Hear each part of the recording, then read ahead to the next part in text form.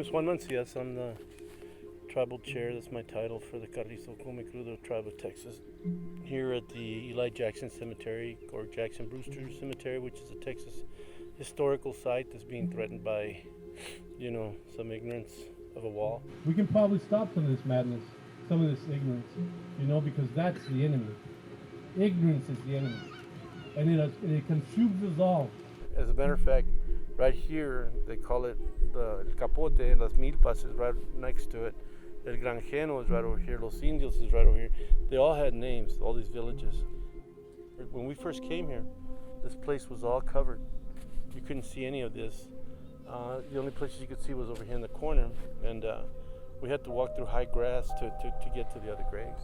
We didn't know that there were these many graves, and once we started clearing it, we started recognizing that there were other burials here. They would have come in and bulldozed all these bodies out. Who knows where they would have put them? Thrown them in some mass grave.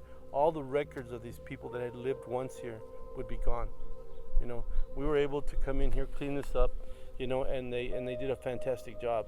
The bottom denominator is the land. The land's what owns us, and it owns that native part of who we are, and we have a duty and a responsibility to that land.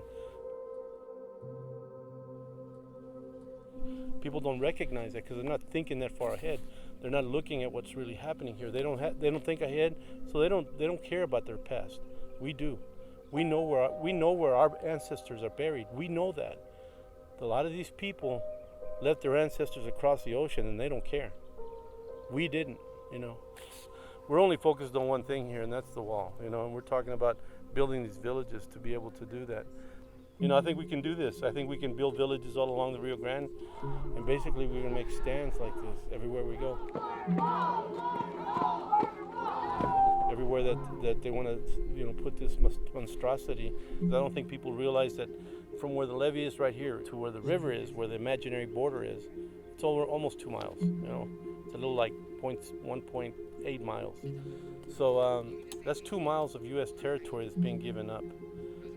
People need to understand that you're being lied to, and Texas needs to be realized that it's got to implement its states' rights against the federal government in this case, and say no, you can't do this anymore. I mean, it's a slap on the face of every U.S. citizen. If you don't know what a broken treaty is, when they waive 28 laws that protect your health, that protect your family, protect your future generations, that's what a treaty is. So they're breaking treaties with every U.S. citizen in this country.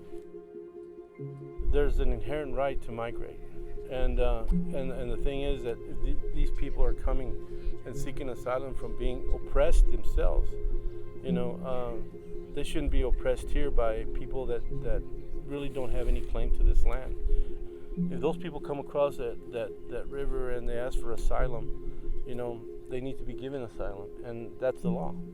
They only find it's okay for them to migrate from across the ocean and come this way, and that's fine with them, And I think it's, again, another part of oppression and ethnic cleansing and trying to accommodate a sick colonial mentality.